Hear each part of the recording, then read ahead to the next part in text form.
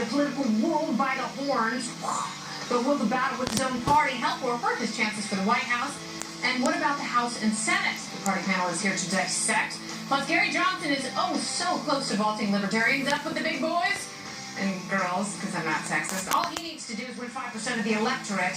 But is that actually a good thing for the party's future? And Dude gets after it. that's right, baby. Culinary king, Guy Fieri.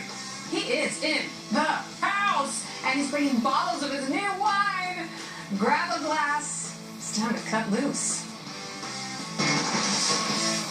Yeah, I'm Kennedy Loggins. All right, someone call Joe the plumber because these WikiLeaks are warping the election. The third batch of poached Podesta emails has something for everyone who's already sick of this race. Nepotism, religious bigotry, even some good old-fashioned ostrich economics. All right, let's start with this family jewel. The contempt between Chelsea Clinton and former Bill Clinton body man Doug Band is legendary. They despise each other. Band was always Bill's surrogate son until Electra stepped in and decided she didn't want a brother stealing her dad's attention.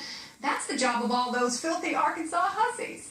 Band wrote to Hillary campaign chief John Podesta complaining Chelsea was, quote, acting like a spoiled brat kid who has nothing else to do but create issues to justify what she's doing because she, as she has said, hasn't found her way and has a lack of focus in her life.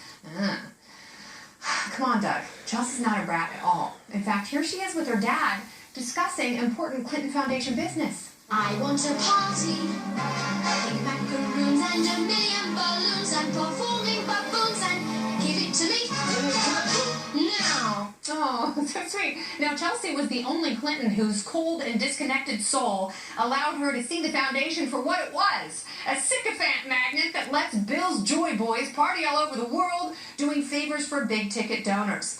Chelsea hired a law firm to do an internal investigation that was a slightly more formal way of pushing Band out so she could once again have Daddy and Mommy's undivided attention. I wonder what Dr. Freud would say about that. Tell me about your mother. Well, she's boring and she wears pantsuits and she's super control freaky. Gossip and intrigue aside, Hillary's spokesbook, Jennifer Palmieri, is apparently a theological know-it-all, writing that conservative Catholics, quote, think Roman Catholicism is the most socially acceptable politically conservative religion. Their rich friends wouldn't understand if they became evangelicals. Oh, Jen, this betrays so much ignorance and manages to insult two main branches of Christianity, all while being classist and dumb. That's quite a talent. Palmieri tried to smooth things over. She even met with a couple of Catholic priests earlier today.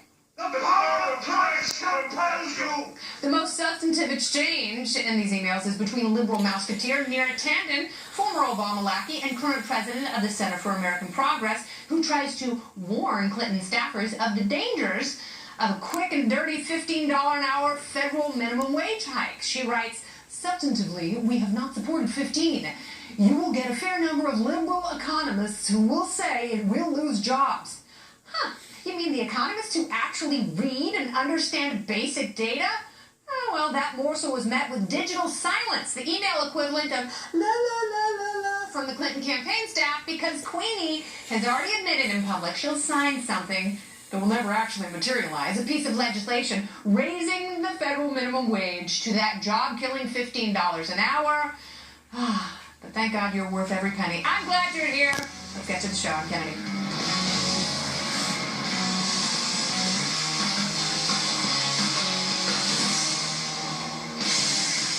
Well, look at that. According to the latest Real Clear Politics average of national polls, Hillary, she's ahead in them there polls. 44.6 to 39.1. That's an awful lot of math. That's a 5.5 spread. Boy, I'll say. Thank you.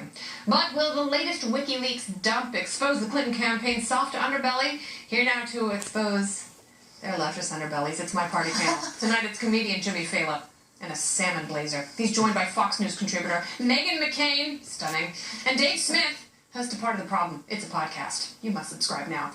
Welcome, everybody. So let's discuss. Thank you. Jimmy, you are opposed to the $15 an hour minimum wage. Hate it. Because you understand, as a comic and a former cabbie, it's actually a job killer. Well, that's the problem. It's that it's not even so much an economic thing. It's that certain jobs in society are supposed to suck. to scare us into applying ourselves in life. And here are these liberal economists telling Hillary Clinton's campaign, you guys, this is going to be good in the long run. No, not good. So it will kill jobs. And again, people lose their motivation. Like, I motivate my child with tales of having to drive a cab for no money and argue with hookers on the Cross Bronx Expressway. Which had nothing to do with being a cabbie. It had nothing to do with the rate. I was arguing with the hookers for different reasons. The point is, I was upset by this job and it motivated me to work harder. Yeah. And here I am, a salmon blazer. When you were arguing with the hookers about their rates, this was the cab rate. Just to be clear. Okay. Just to be clear. Oh, I had totally misunderstood that. I'm fascinated by this relationship or lack thereof between Doug Band and Chelsea Clinton. Because it's been documented that she has not liked him. She has wanted her away from her dad's good graces. Or mediocre graces, at best. So how awkward do you think it's going to be at Thanksgiving?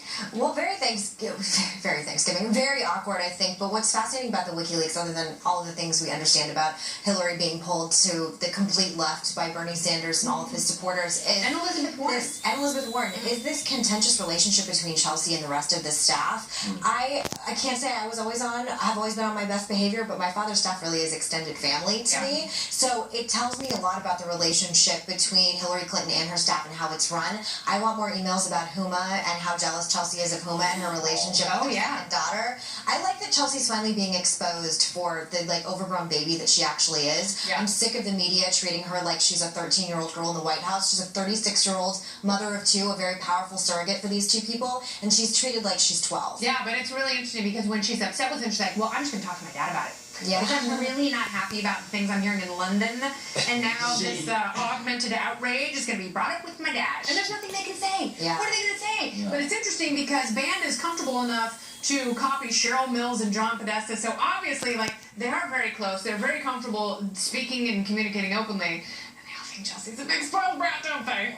People think that. People within the industry think that. I mean, that's kind of not a great secret that's been kept. So I like that things are finally being exposed. One of the things was the Boston Globe emailing the Clinton camp saying, we want this to come out Tuesday, so when she's in New Hampshire, it's super. I mean, can you imagine an editor from a newspaper sending the same email to someone from the Trump campaign? No. That's a pretty easy answer for me. No, I can't imagine that at all. Trump can't even win favor within his own party, let alone the media as a whole.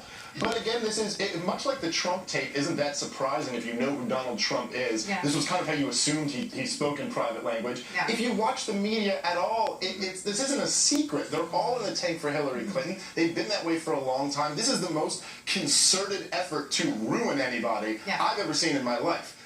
Not a Trump supporter, but still, it's pretty blatant. So it's not shocking that they're coordinating. No, it's kind of obvious what's going on. Speaking of Donald Trump, he is fighting a two-front war against Democrats and now fellow Republicans. It's why not? After a number of GOP lawmakers dumped their endorsements and Speaker Paul Ryan said he will not campaign with Trump, Donald tweeted, "It is so nice that the shackles have been taken off me and I can now fight for America the way I want to." All right, so what does this mean for him and for the party? Megan, I have to ask you, obviously his press